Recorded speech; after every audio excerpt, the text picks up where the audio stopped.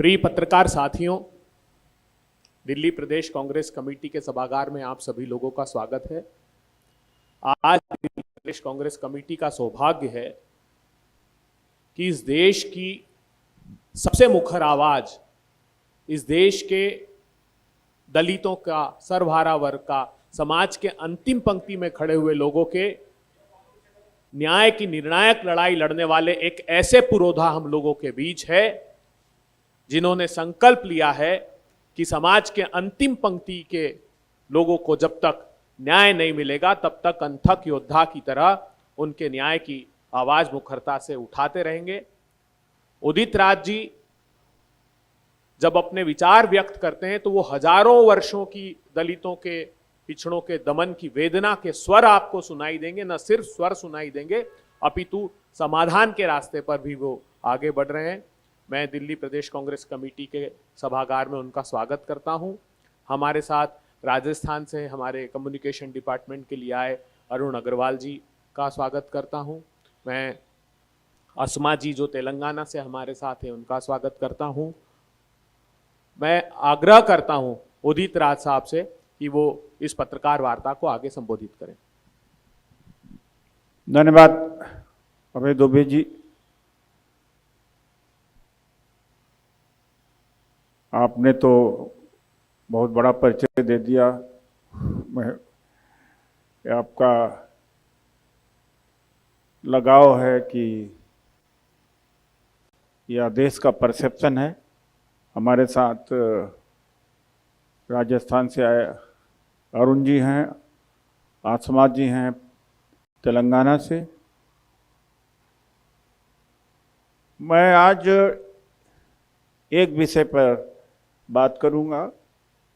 आज आम आदमी पार्टी पर बात करूंगा। दूसरे फेज में भारतीय जनता पार्टी की भी खबर ली जाएगी। और लंबी चौड़ी बात नहीं है, न झूठ बोलने वाली बात है, न इन्फ्लेटेड बात है, न बहुत कहते हैं मसालेदार बात है। Point two point.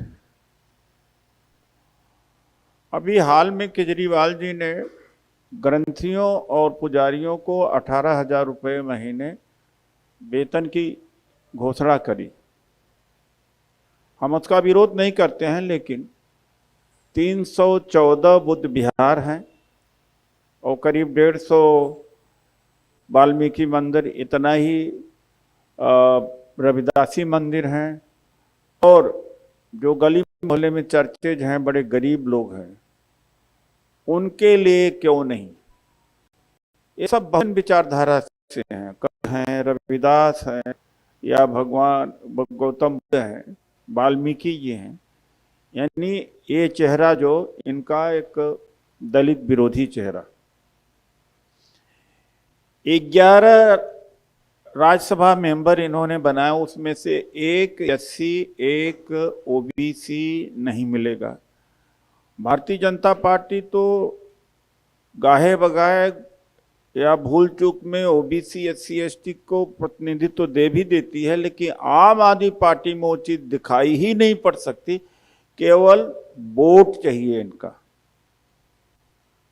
और अंबेडकर का फोटो लगा करके वोट चाहिए। तीसरी बात यह है कि डॉक्टर अंबेडकर की फोटो क्यों लगाए हो? 14 अक्टूबर 1956 को राग के दिन नागपुर में 5 लाख अपने अनुयायियों के साथ में बौद्ध धर्म ग्रहण किया। उसी समय 22 प्रतिज्ञाएं ग्रहण करवाई। उसी 22 प्रतिज्ञाओं को दोहराने का सजा अपने ही समाज कल्याण मंत्री राजेंद्र पाल गौतम को पे इस्तीफा ले लिया। जो 2019 में विदेश भेजने के लिए छात्रवृत्ति थी दलित बच्चों के लिए कि जाकर के हम वहाँ साइंस और एग्रीकल्चर सब पढ़ेंगे, 5 लाख केवल थी, जिसके वजह से छात्र जा नहीं पाए।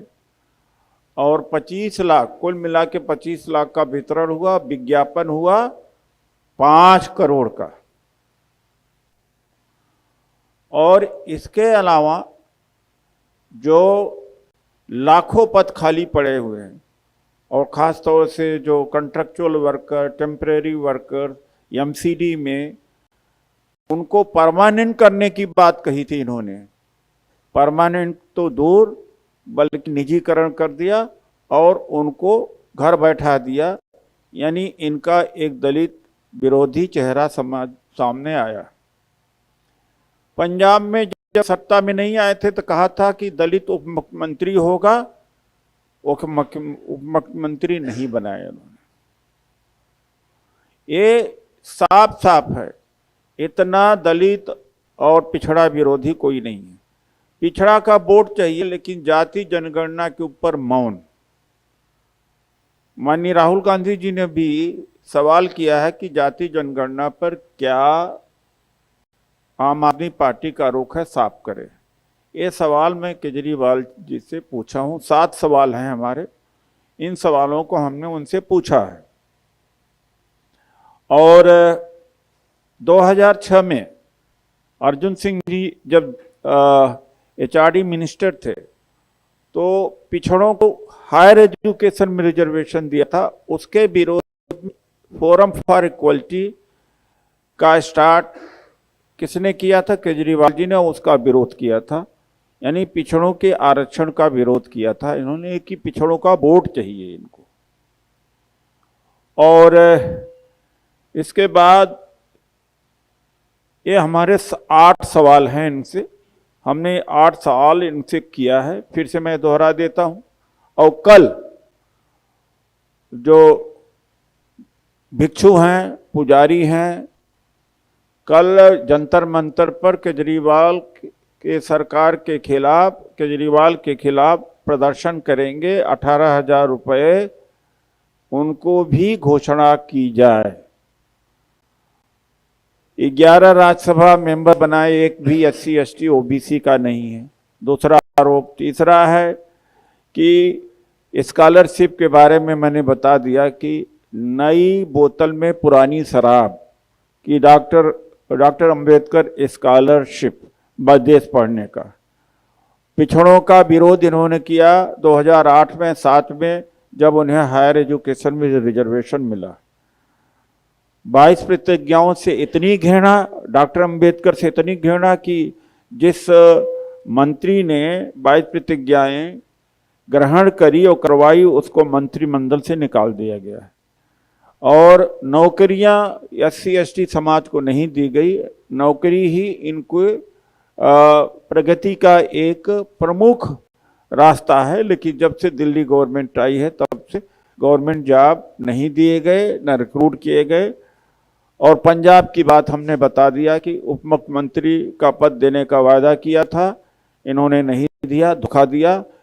दलित समाज से मैं अपील करता हूं, पिछड़े समाज से उम्मीद करता हूं कि वोट पानी में डाल देना, लेकिन इस दलित विरोधी आम आदमी पार्टी को, केजरीवाल को वोट मत देना, क्योंकि सबसे ज्यादा अगर नुकसान किया है तो दलित समाज का नुकसान किया, और सबसे ज्यादा अगर वोट लिया है तो वाल्मीकि समाज और दलित समाज के लिए वोट लिया है, केवल झाड़ू का चुनाव निशान दिखा करके। इसलिए सावधान रहने की जरूरत है। धन्यवाद।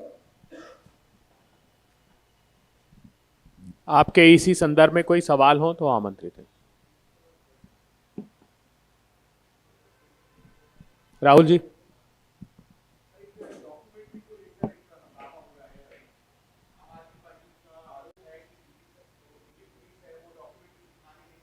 देखिए, वो जनरल सब्जेक्ट है जिस सब्जेक्ट पर आज आया हूँ। अभय दुबे जी बहुत कॉम्पिटेंट हैं और हमारे बहुत ब्राइट स्पोक्स पर्सन हैं, बाद में कहेंगे। मेरा प्रेस इसी से संबंधित मैं सवाल का जवाब दूंगा।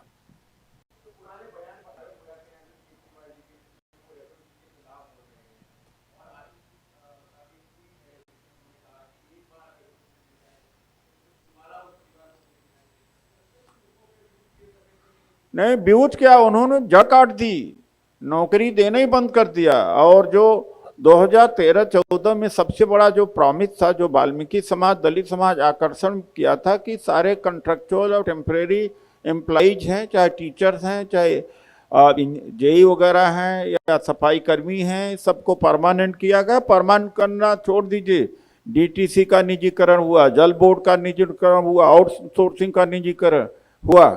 ये तो आरक्षण और दलित विरोधी व्यक्ति है।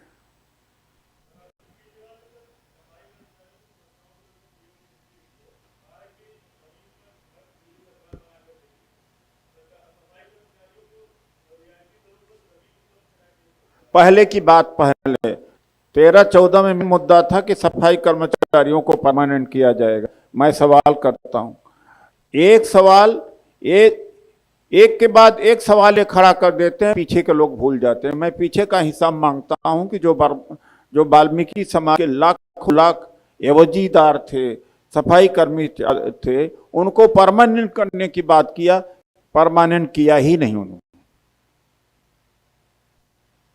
धन्यवाद।